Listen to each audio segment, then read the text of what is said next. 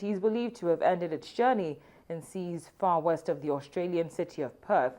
Investigators do not know what happened to the flight. However, and finding its black box flight recorders is seen as a very important part to understanding the factors behind the disappearance. Teams are now preparing to search a 60,000 square kilometer priority area in the Indian Ocean using towed deep water vehicles equipped with side-scan sonar multi-beam echo sounders as well as video cameras.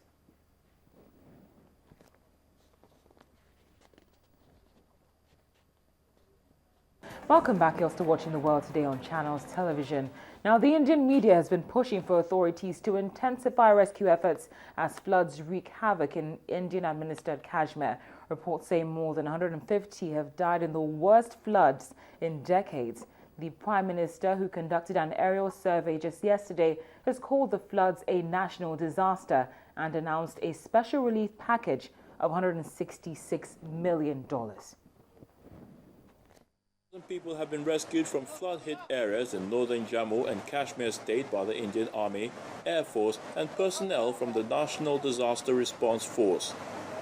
The death toll from serious flooding in Kashmir climbed to 175 on Sunday, September 7th, with homes, military bases and hospitals inundated in the region's main city, Srinagar, as the Jhelum River overflowed its banks.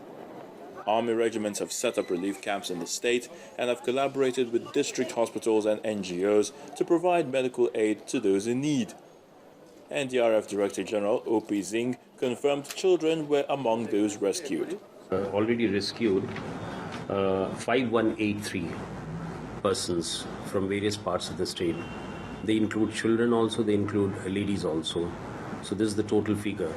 Singh further said that additional 62 boats were deployed as 108 were already pressed into service in the state.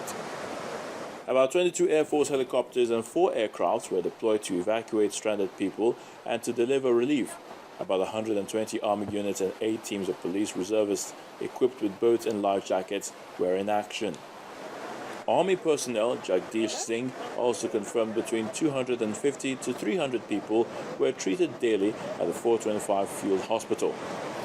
Although heavy rains abated on Saturday afternoon, September the 6th, floodwaters rose sharply overnight in Srinagar, a city of 900,000, catching many people living in low-lying areas unawares. Some 2,500 villages have been partially or completely submerged across the area, while thousands of people are stranded on rooftops waiting to be rescued. Major roads, including the one to the Srinagar airport, were underwater, hampering relief efforts.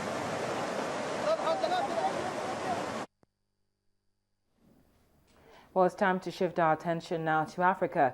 Unfortunately, a rights group has confirmed that African Union troops raped women and girls seeking medical aid or water from their bases in Somalia's capital, Mogadishu.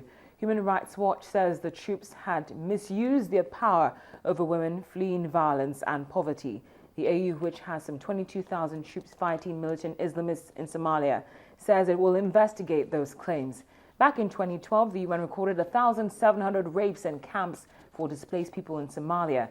Many were thought to have been carried out by members of the Somali security forces.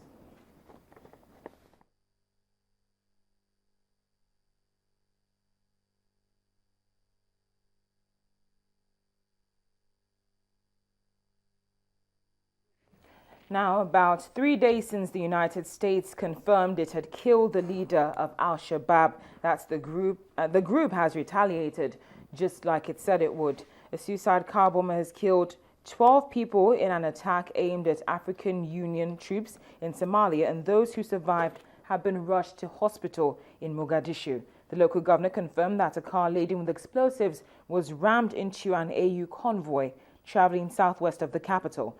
This attack is in line with what international experts predicted when they said Godani's death would provide even more problems to the West. Now, following confirmation of Godani's death last week, Al-Shabaab named a new leader, Ahmad Umar, also known as Abu Ubaidah, as its new leader. Seems from all indications the United States has been on Godani's trail for roughly 2 years. Following his membership of Al-Shabaab in 2007, He had, in a video, offered his services to al-Qaeda leader Osama bin Laden, apparently in response to a bin Laden message in March 2009, in which he urged the Somali government to overthrow the newly elected president of Somalia, Sharif Ahmed. And in January 2010, he released a statement reiterating his support for al-Qaeda and that al-Shabaab will join the international jihad of al-Qaeda. The US in 2012 put a $7 million bounty on his head. Friday's announcement is regarded a major victory for the US, which had fulfilled a similar promise when al-Qaeda leader Osama bin Laden was killed on May 2, 2011. A statement from the White House said, Godani's removal is a major symbolic and operational loss of the largest al-Qaeda affiliate in Africa and reflects years of painstaking work by our intelligence, military and law enforcement professionals. While not diminishing the danger posed by any group affiliated with al-Qaeda, a threat to the West, Professor Femi Adegbolu of Redeemers University calls for caution when striking leaders of such groups. Without good governance, giving the people a sense of belonging, we still will not get there because they will still be looking at their leaders as oppressors. Where you don't have respect for the rule of law, you don't respect the lives of the people, whether they live or die, you are not careful about it. So long as the members of your own parochial family are doing well, so that's exactly what is breeding all this insurgency. Other analysts have suggested that had host countries attacked the groups from the onset, their growth and influence would have been checked. Police, military, navy cannot garrison Nigeria. Therefore, the Boko Haram can decide to hit this village. As you are rushing your troops there, they pull out, then they go and hit you somewhere else. And then you pull the troops and you are rushing after them again. So they have the advantage. A guerrilla war, because this is really more like guerrilla warfare. A guerrilla movement has the advantage of where to hit. You can only react. So what I would expect the government to do, frankly, is to do what we did at the beginning of the Civil War. You just admit you don't have enough men under arms and you're going for massive recruitment. Despite the extent of its reign of terror, al-Shabaab does not fall on the list of the world's richest terror organizations, according to a report in National Money. Hence, its influence might continue to be limited to the Somali region. Lashing on to bigger and richer groups as al-Qaeda could be the only way it continues to maintain relevance. Amarachi Ubani, Channels Television News. To health news now. As the fight against the spread of the Ebola virus continues, British military engineers and medics are being sent to Sierra Leone to help fight the world's largest ever outbreak of the Ebola virus. They will set up and run a treatment center near the capital, Freetown. The World Health Organization has confirmed that more than 2,000 people have now died in the worst outbreak of the virus in West Africa. Meanwhile, this morning in South Africa, the Minister of Health described tourist cancellations to the country due to fears of Ebola as grossly unfair. The Ebola outbreak in West Africa has put off thousands of tourists who had planned trips to Africa this year, especially Asians, including to destinations as thousands of miles from the nearest infected community, such as Kenya and South Africa. The World Health Organization has confirmed the deaths of more than 2,100 people. South Africa's Minister of Health, Pakish Aaron Motsoaledi, sees no reason why his country should suffer any consequences when it is thousands of miles away from the affected countries. In South Africa, we don't have anybody yet, but because we are on the African continent, everybody suddenly believes there's a lot of Ebola there when there is none. So we did hear about these cancellations. We think they are very unfair, grossly unfair for that matter. South Africa's cabinet on August the 21st said it was banning all travelers from Guinea, Liberia and Sierra Leone from entering its territory. But it's very Motsoaledi said very few people are allowed to travel to and from these countries, and they will be monitored for 21 days upon arrival in South Africa. So there is movement between South Africa and that area, but it's very strictly controlled. We haven't banned it as people are claiming. He also said the South African government was in talks with the United States Center for Disease Control and Prevention, the World Health Organization, and Doctors Without Borders to plan the mobilization of 200 mobile hospitals and more health workers to West Africa to help fight the outbreak. So a lot still need to be done because the World Health Organization declared that it might take another 9 months to contain the virus. So it's not yet time to relax. In fact, we must increase our involvement rather than decrease it.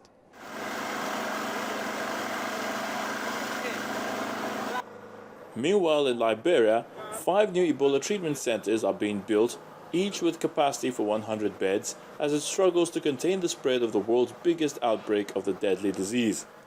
The 500-bed hospital is expected to open in 10 days from now, and it is a welcome development by some. I think this is a rare method, this is a rare approach. The fight against Ebola is not about national level, it's all about the community base. And I think when you start from the process, we're going to all fight Ebola, eradicate Ebola out of our community in Liberia. Thank you. But to others, it is a very bad idea. They feel the sitting is inappropriate, especially after last week's episode when a patient escaped a center in search of food. Our own understanding, this center has been refused in several communities. But when it comes to this community, the residents of Ireland Clinic community feel that there's no need to refuse such center because we'll be catering to the Liberians, leaving the District 16 out of it, but Liberians in general. So when we consider this center, then we'll be looking at the health of our own people. An Ebola outbreak that was first identified in Guinea in March has since spread across much of Liberia and Sierra Leone. Cases have also been registered in Nigeria and Senegal.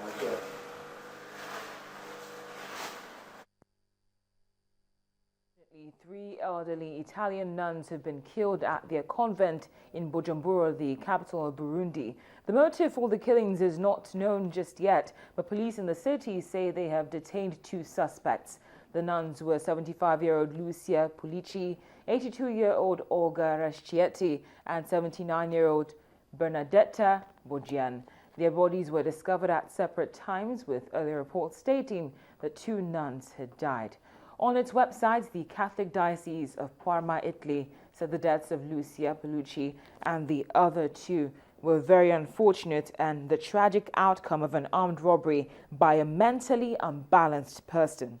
This is not the first time that nuns have been attacked.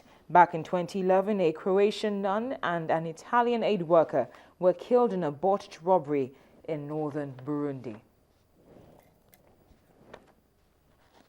Now let's take a look at the lighter side of life. Guess who's having another addition to their family? It's none other than the Duke and Duchess of Cambridge, who have announced that they're expecting their second royal baby. The couple's first child, Prince George, was born in July last year amid a huge international media frenzy. William is second in line to the British throne, with George III. The Queen and members of both families are delighted with the news that their Royal Highnesses are expecting their second child. However, there is still no detail of when the baby is due. On his Twitter feed, the British Prime Minister said many congratulations to the Duke and Duchess of Cambridge. Prince George celebrated his first birthday on July the 22nd, bringing to a close an eventful first year of life for the first child of the Duke and Duchess of Cambridge. A little over a year ago, the world's media camped outside the Lindo wing at St Mary's Hospital in central London for a couple of weeks awaiting his birth. His mother, Catherine, was finally admitted on July the 22nd and gave birth to the royal couple's baby boy. Prince George Alexander Louis was carried out by the proud parents to meet the press on July the 23rd, and the crowd cheered wildly as Kate handed over the bundled-up baby into the arms of Prince William. The couple released 2 informal family snapshots as the first official photos of Prince George on August the 20th. Instead of the more traditional formal photograph of George's first official photo shoot, the couple released 2 shots taken by the Duchess's father, Michael Middleton, in early August in the garden of her family home in Berkshire. On April the 7th, the royal couple and their 8-month-old son, Prince George, arrived in Wellington, New Zealand, to begin a 10-day tour of the country. Catherine appeared in a bright red pillbox hat and coat, which local media have identified as being by Catherine Walker, billowing in the wind as she came down the stairs carrying baby George. She also spotted a golden New Zealand fern brooch on her coat. Kensington Palace released a still photograph of Prince George visiting the sensational butterflies exhibit at London's Natural History Museum as part of a series of 3 official photographs to mark his first birthday.